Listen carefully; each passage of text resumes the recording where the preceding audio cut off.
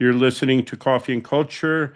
We broadcast on the radio on 1260 AM and 103.7 FM, KTRC in Santa Fe. It streams also at santafe.com on just after 2 p.m. on Saturdays and then repeated on Sundays. My name is Matthew Chase Daniel. I'm your host every other week. And today I'm talking with Jack Loeffler. And he does many things, so it's hard to, I'm going to read from something. He's a jazz trumpeter, a recorder artist, an environmental activist, an oral historian, an author, a folklorist, a practical anthropologist, a sound engineer, a radio producer, and a good friend to many interesting people he's known over the years, and full of stories about people from Edward Abbey to Gary Snyder to Stuart Udall and Rena Swenzel, and just has a wealth of knowledge and information and experience here in the desert Southwest. And we're recording now because there's a show of sort of Jack's life and work and some ephemera from that he's collected over the years at H&H Arts on Canyon Road, and that opens on July 3rd from 5 to 8 p.m. and runs through August 9th. And there's also other things going on along with that, and including the Lena Wall is gluing up some of his writings, and some of his writings will be on the outside of Axel Contemporary for an upcoming show. And I'm not sure when I first became aware of your work, Jack, but I've read your books, and I think I heard you speak maybe in Santa Fe with Gary Snyder. Did you two give a talk together? Yeah, we Maybe did too. Yeah, maybe 15 years ago, 20 years. I don't know. It seems like it was a long time ago. The Um, most recent was 2013, and the mhm. earlier one in Santa Fe, I believe, was 2009. Maybe it was the 2009 one that I went to. And I've been I grew up in New England and went to some like fancy prep school where I felt very out of place. And I discovered certain writers, Allen Ginsberg and Gary Snyder and Jack Kerouac and Lou Welch and all these sort of Beat Generation writers that I found in the library. And it was very inspiring to me to read that work and to get a different sense of how the world could work and how we could be humans in it and interact with it. And so I went to that talk because of Gary, but then I became more aware of your work, and which is along those same lines. And I just this morning reviewing some things. Um, I was listening to an interview with you, and you were talking about how learning how to record all these things, because recording language and stories and music and folklore has been such an important part of your work. And it's not like you went to school and learned it. You you cared about it and you figured out how to do it, and you learned on the job. And the job was what you made as a job. It was never um it feels to me like your life since maybe you left the army has been inventing things for yourself, and making them work. Is that accurate somehow? Yes, it is. I discovered, well, I'll back up here. When I was in the Army, I'd gotten drafted, a jazz trumpet player, drafted into the United States Army, and I ended up finally in an Army band down near uh, Barstow, California, at a place called Camp Irwin. And that particular band, almost immediately after I got there, we were transported in an Army bus over dirt roads, got stuck in the sand, and finally got to the Nevada Proving Grounds. And the next morning at 4 a.m., standing out there playing the Stars and Stripes Forever from memory, our band watched the detonation of an atomic bomb 7 miles away. And that blew my mind, I have to say. And then I saw another one about a couple of months later. And subsequently, that really rearranged my whole perspective about life and about American cultural procedure, which didn't seem to be on the right track at all. This And was this was 1957 thereabouts. 1950, yeah, 69 years ago. Yeah. So 70 Wow. years ago next year. It blows the That's a mind. long And time ago. yeah, And when you got drafted into the band, where were you living before that? Were you in the East? yes, I grew up in part in New England.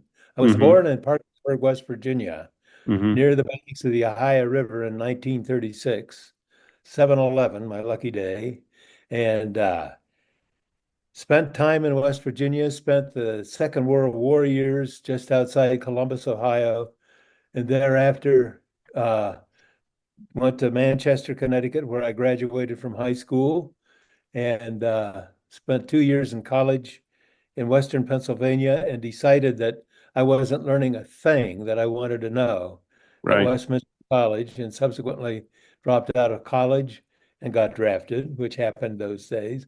I was lucky, man, because I came between Korea and Vietnam. So And you that were was, in the army, but you weren't overseas. no, I was in Yeah. the Mojave Desert in the Maine. I think And I've been to the ruins of that camp near Barstow. yeah, There's no buildings there left, just some footings of old buildings, I think there. it was a strange place. I mean, having grown up in the East and waking up one July dawn, camped in my car beside the road in the Mojave Desert was a total mind blow. But I'll tell you, it was great. And that's what got me to love the deserts. And I have remained in the Southwest, except for a stint or two in San Francisco ever since. Yeah, Then that lived, Mojave Desert there is very among the most extreme deserts, just dry and open. And when I first traveled through there, uh, probably while I was in high school or soon thereafter, driving to California from New England, just going that road from on the freeway between Needles and Barstow, heading west, where you go over this mountain range and you see this incredible vista for as far as the eye can see of desert and no human habitation. And you drive for half an hour through that and you go over another range and it happens again and it happens again for 140 miles between those places. And it blew my mind there to see that. And like, what is this coming out of these little sort of New England forests where I felt like sort of an ant in the bottom of a vegetation to being like on the surface of the planet in a way. yeah, well, actually, before back in those days, the interstate had yet to happen. And so I actually hitchhiked the length of Route 66 a couple of times. And it was really an amazing experience to really go through all of that country. I remember going through Needles. It was again in the summertime, and I had hitched a ride.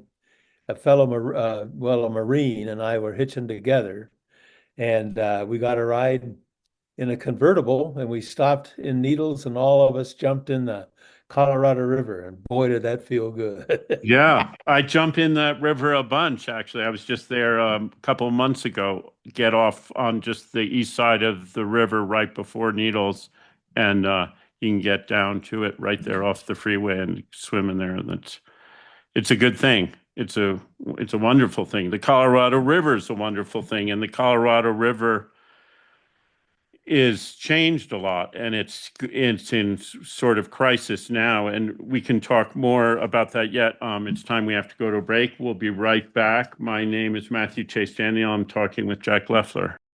You're back listening to Coffee and Culture. My name's Matthew Chase Daniel, talking to Jack Loeffler.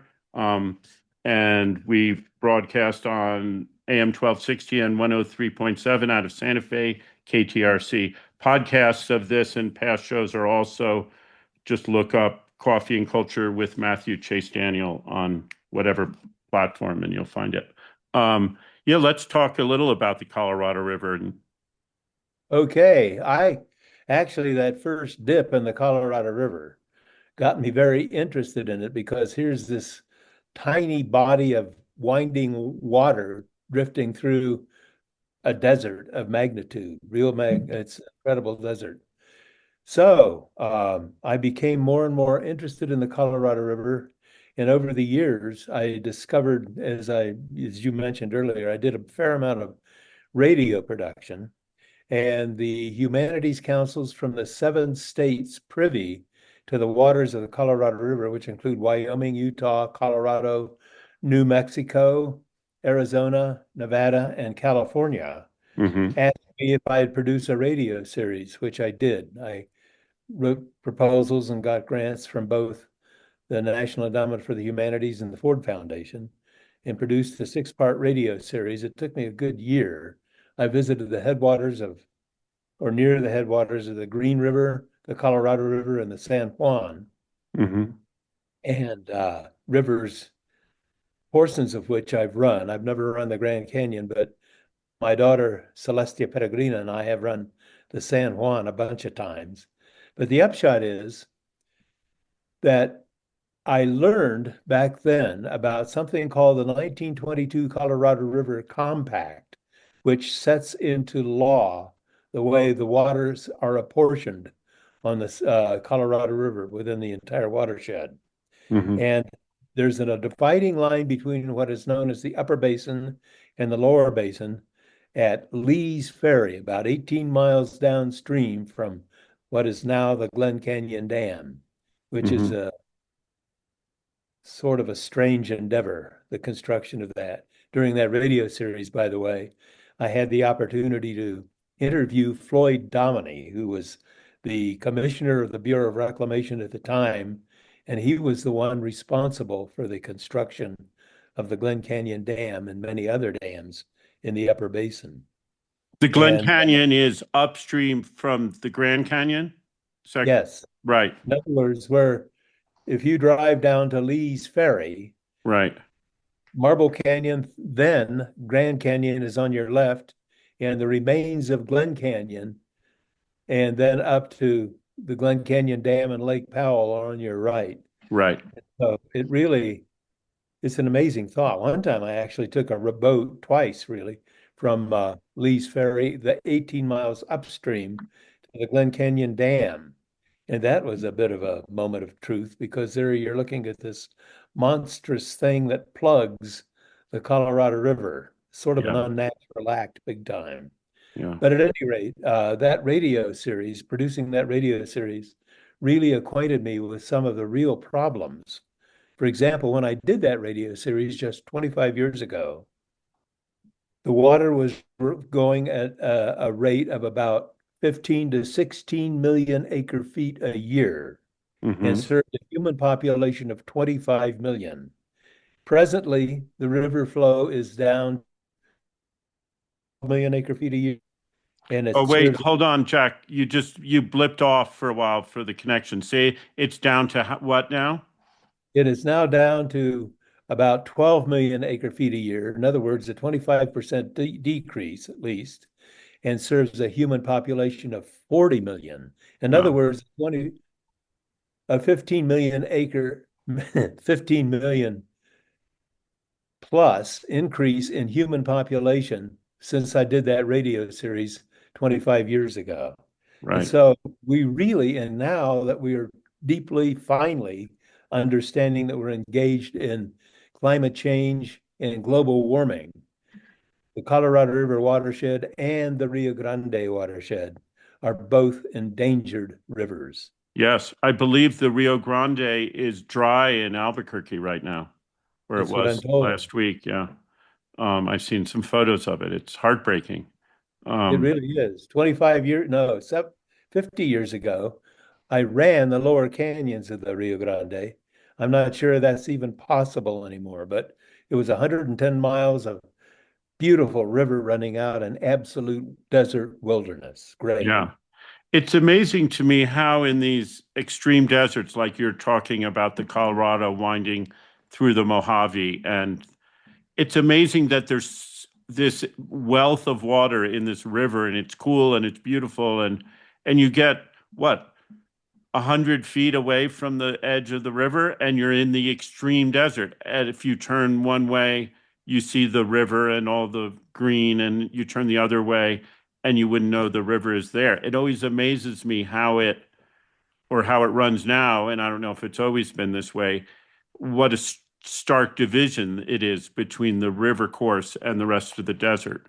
Um, I know when it used to flow to the Gulf of Mexico, it spread out as it got closer to the ocean, to the sea, and became much more swampy and marshy and changed its course and all of that. But I don't think that so much happens anymore. No, I went there, by the way, when I was doing that radio series. The Delta itself, nary a drop, but there was an irrigation drainage system about 20 miles east of the Delta.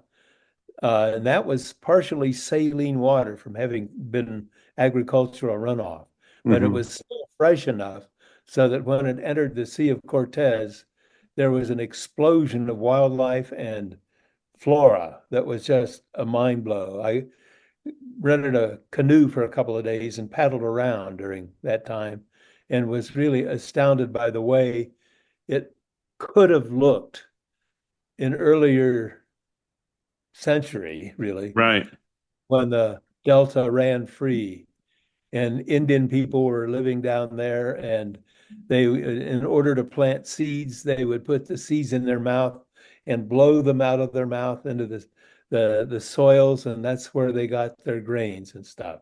Now it's a different time now. We could have learned an awful lot more from the Native American people than we have. That was another huge aspect of my work over the last 65 years. yeah. Part of the apportionment too that you're talking about didn't include any of the Native American tribes who lived along and relied on the river and still do. Uh, However, thanks to an act that happened back in the early 1900s, the Native Americans are now supposed to get first dibs, Right, they whether have it's gonna priority happen. actually. Yeah, Right. but And the whole thing came about because the whole 1922 compact came about because California was taking vast quantities from the Colorado River, actually wanted it all. And the seven states got together and came to this agreement to keep California from getting the whole flow of the river, right, which that resulted in Boulder Dam, now Hoover Dam, and Lake Mead. And right. canals run all the way, one canal runs all the way to the West Coast to supply LA and environs with Yeah, much of their water. yeah. So, I and understand the that. rest of it goes to Imperial Valley for a Right. lot of produce. So Yeah. that's it.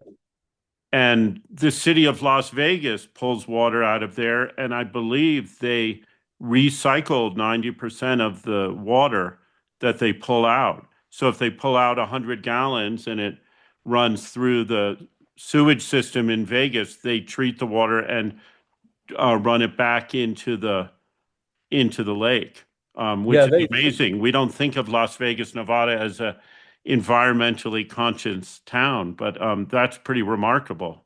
Um, well, I interviewed the lady whose name escapes me now, but she was at that time the director of the Southern Nevada Water Authority, who was one of the most brilliant people I've ever encountered. And I really had hoped that she would become a Secretary of the Interior mhm. because the Secretary of the Interior is actually the major domo for the lower Colorado River, which is Wow. amazing. Yeah. And she was smart, and she was the one who put all of that together. A great Yeah. lady. Yeah. It's wonderful to know that happens there, and that we're now thinking about the river in better ways and in more realistic ways. And um, it's heartbreaking to see those reservoirs very low and those dams blocking the river still, but I don't know if that'll change. We have to go to another break. I'm Matthew Chase Daniel talking to Jack Loeffler. We'll be right back. You're back listening to Coffee and Culture. We're on Talk 1260 and 103.7 KTRC out of Santa Fe podcast. Look for Coffee and Culture with Matthew Chase Daniel or go to my website, chasedaniel.com, and there's a podcast link there. One thing you've done about, and we talked on this a little bit, is recording. And you've recorded Hispano folk songs in the Southwest and something between 3,000 and 4,000 different songs you've recorded, different singer songs, which is an incredible amount. And then also recordings of nature. And at Axel during the show, I Love You, Mom, that I mentioned before, we're going to be playing inside the space some of your recordings of elk and coyotes and the Sonoran Desert at dawn and just I love the range of this. You seem to have a and then the playing trumpet, like sound is an important thing to you, and you really tune into that as a way of engaging people and communicating to people. And Yeah, well, after a fair amount of consideration, I really regard hearing as the most penetrating of the five senses. Sight is the most immediate, mhm, and listening, hearing, actually brings things into the middle of your mind and is responsible for things like language and even consciousness. And so I had an epiphany many, many years ago. I was camped down in the Sonoran Desert recording in stereo because that way you really get a good sense of it. And I heard the sound of different species of birds sounding off alarm calls, and the sound was going from south to north. And I got out the binocs, and there was a hawk flying right where the sounds were coming from. And I realized I was experiencing interspecies communication, which really was an insight for me. And yeah, subsequently, I really did start recording habitats because it's really fun. And trying to mix what I was doing in the radio programs, where there would be a human voice speaking, I would put below that voice a stereo recording of the very habitat where that person was coming from. And in order to infer or hopefully suggest that the human voice is but one of many voices in the biotic community. And I started doing that, I guess, gee willikers, probably back in 1995. mhm, I had been recording earlier than that. I started recording Hispano folk music back in 1975, and I just got hooked on it. It's just beautiful to me. And uh, subsequently, I became very deeply involved with Hispano culture. I have a very dear friend named Enrique Lamadrid. And Enrique and I have produced a whole bunch of folk music concerts featuring Hispano folk musicians up until 2016 when I turned 80. I figured it's about time to back away, so let other folks do stuff. But boy, what a great education that was. And that also really did that between that and earlier work with the Black Mesa Defense Fund when I worked with Hopi and Navajo Indians very closely. Uh, I realized how important indigenous perspective really is.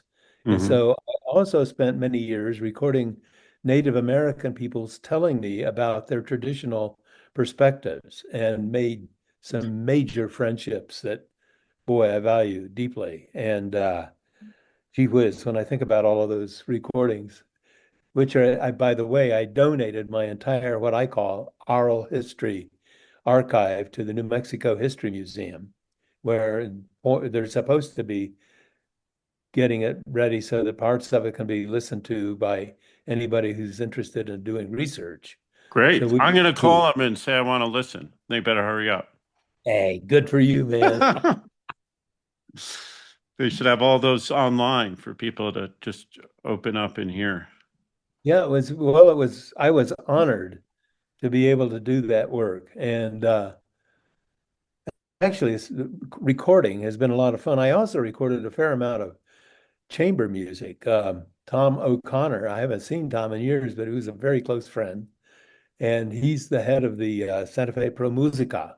And I Hmm. record scores, maybe hundreds of chamber music concerts. So I love music of all stages. And jazz was where I started out. I never recorded any jazz, but Do you play uh, jazz anymore? I Do you play quit in trumpet or? 19. No, I played the trumpet and I quit in 1989. I figured I'd go for a high note, have an aneurysm, and die.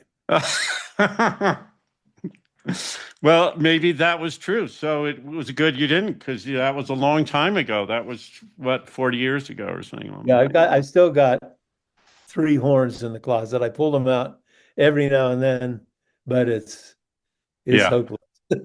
Yeah. It's hard. Yeah. I never learned to play the trumpet, and I never could understand how it's done, but uh, I appreciate it to hear it. Um, uh, you're talking a bit about recording sort of indigenous perspectives. And one thing that I read or heard you talking about is how one camping on the land um, is the best way to attach yourself to a spot. And I find that when I'm out there camping is the best way, but anytime out in nature away from my phone and my computer and my house and all the things. Um, it just totally changes our sense of time, our sense of space, our sense of sound, our sense of sight. We become attuned to things in a way. And like just cooking a meal is it's more of a engaging amount of work to like cut up some food and cook it outside um, than it is in your kitchen. And that's so there's something. And then the other thing you talk about is how this relationship of culture to habitat. So you're talking about, the Hispanic culture in northern New Mexico has been here since, oh, 1598. yeah. So that's a long time. And that culture has become attuned to place and has a lot of wisdom around place, as do, as you're saying, Navajo and Hopi culture, um, becoming attuned to place over being on the land and in the place over a long period of time. Whereas you and me coming from Connecticut, um, it takes us, we're in the beginning stages of it and learning what we can from people who know more. And I think that's a very interesting thing about space and time, place and time as a teacher.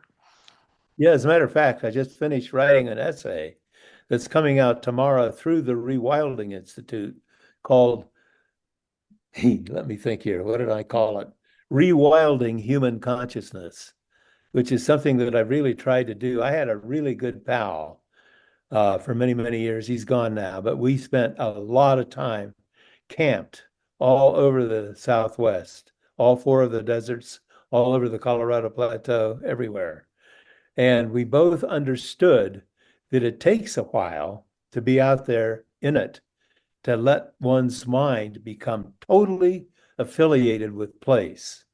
And it's that very sense of being in tune with place, deeply in tune, that to me is vitally important, something that our culture, monoculture as I think of it, has long forgotten. One of the things that's interesting to me, I just looked this up the other day, over 80% of our fellow Americans live in urban environments, whereas only 17 actually percent live in rural environments.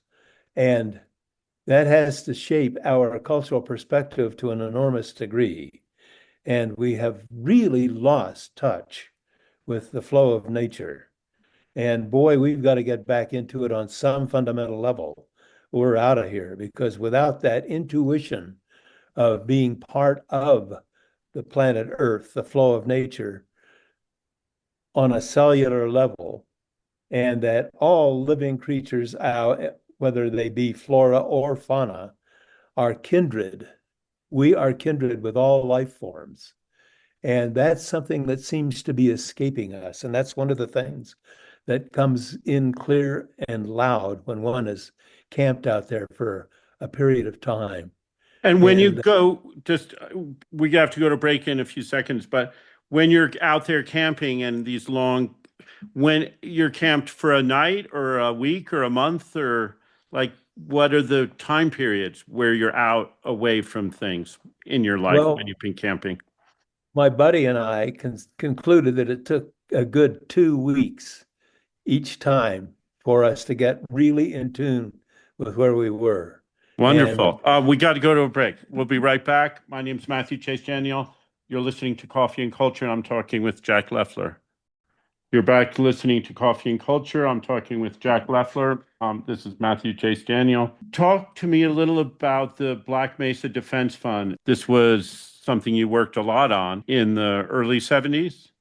yes, actually, in 1969, I'd just come back from backpacking in the Sierra Madre Occidental of Western Mexico. And I realized at that point, after having lived with the Huichol Indians for a while, who was one of the most beautiful cultures I've ever encountered anywhere, that our culture was really bereft of any kind of sense of place that we've been talking about earlier.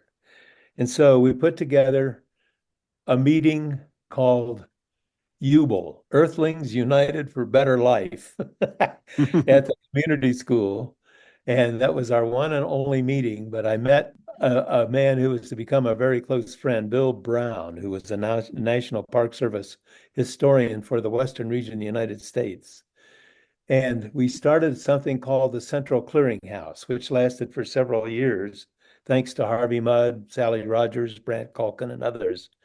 As an offshoot of that, well, Bill Brown had told me that he'd heard scuttlebutt through the Department of the Interior about a strip mine that was intended to take place on Black Mesa, and that that was to serve a power plant to be located near the banks of Lake Powell.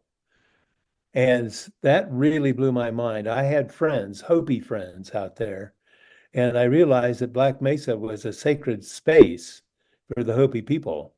And so I went out and visited my old friend, really old, he was over 90 at the time, named David That, Manonia. that's not so old, Jack, over 90. What are you talking about? Well, at this point, it looks like because I'm still a kid You're still in your 80s. for the next 14 days or so. Anyway, David Manonia, I told him what I knew, and so I spent the night there. And the next day, he called for a meeting of 63 Hopi traditional people to be held on Second Mesa. And would I tell him what I knew? Well, what I knew was that the strip mine would be enormous and that would finally serve two power plants, not just one. The other power plant being over near Laughlin, Nevada. And that was going to receive coal from Black Mesa after they drilled wells into the Pleistocene aquifer beneath Black Mesa to pump water out to make that coal flow through a pipeline for 273 miles. And they were pumping water at the rate of 2,000 gallons a minute. Wow. All this news totally undid the Hopis. They were really enraged at this. And so they asked me if I could help them try to stop this. And Well, Black Mesa is it's it's a little east of the Hopi Mesas, is that right? no, it's north. It's It, that big long mesa. right. Actually, the Hopi mesas, those are fingers of Black Mesa. Oh, okay. And the Navajo regard Black Mesa as the body of the female mountain, and the head of that is Navajo Mountain up just on the Utah-Arizona border. Right. So anyway, this is very sacred land to both Hopis and Navajos. So after I gave them all of this information that I had, which was sparse relative to what we finally found out. Came back to Santa Fe and with Bill Brown, Jim Hopper, and Terry Moore, started the Black Mesa Defense Fund. And we gave it our best shot for 3 years as best we possibly could. But we'd taken on the United States government, the state of Arizona, and the Peabody Coal Company of East St. Louis.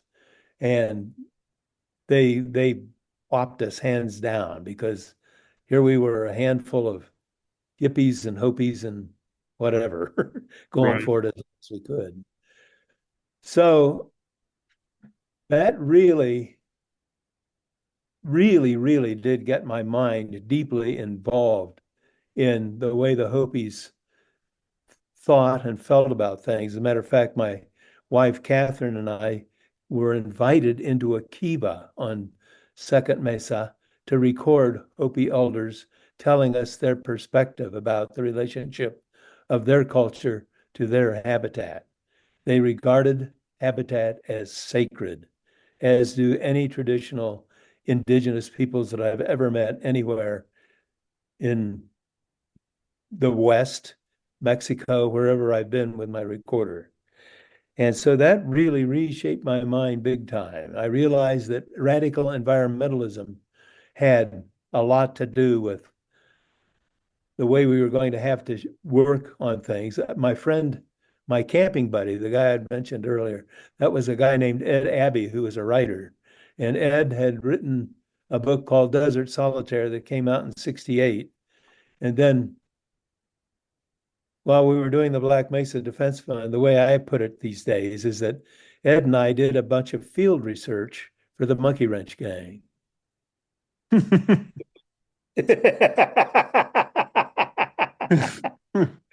Anyway,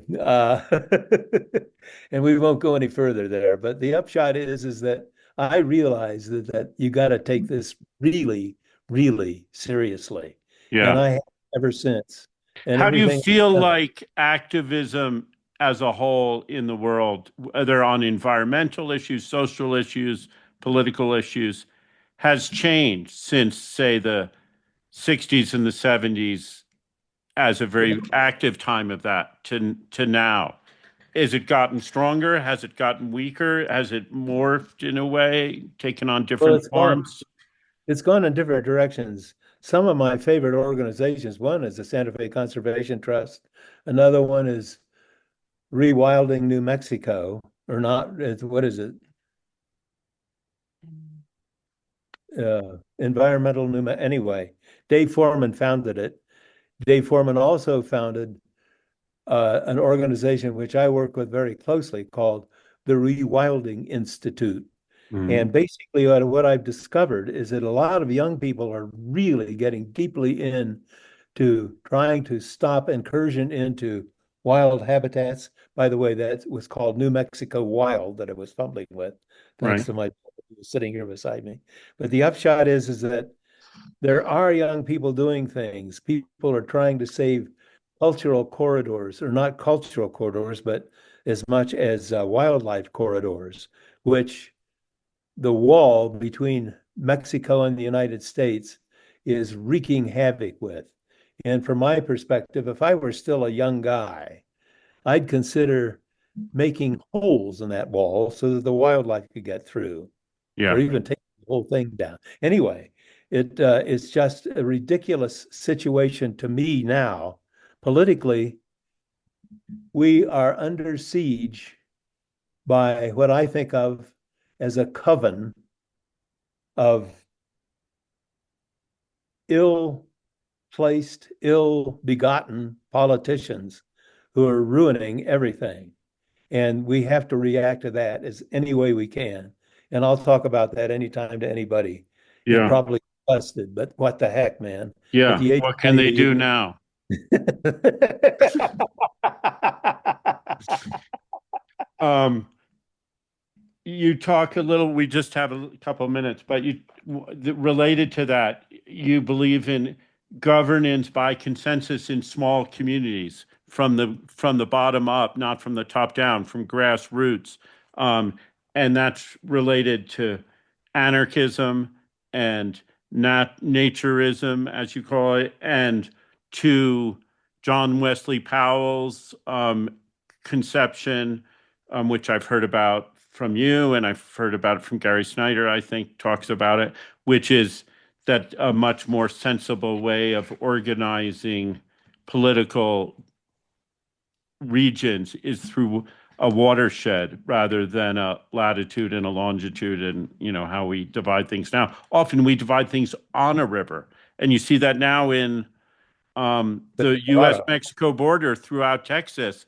There, this wall which you mentioned, which is horrendous, there's nowhere to put it because it's in the middle of the river, which is the lifeblood of the whole area. And it sure is. One of the things that I feel, I mean, apropos governance from within the bioregion or the uh, polycentric governance. My daughter is Peregrina. I call her Peregrina, is reminding me of. But basically, what I see is important is for more governance coming from people of the land, and that even having habitat sit metaphorically at the head of the table of any governing body, because that's where we live. And without a healthy habitat, we're out of here. And yeah, that's something that the powers that be in offices of governance, as they are presently aligned, have zero understanding of. So yeah. that's really where I'm coming from. That's good. Thank you for that. We got to go. Just in closing, I'll say, come see the show Querencia of Jack's work at H&H Arts, 662 and a half Canyon Road, opening July 3rd, 5 to 8 p.m. Thank you so much. Thank you. By the way, it runs through August 19th, not the Yes. 9th. Thank you, Jack. Thank you so much, man. I All really right. It's appreciate been a it. pleasure.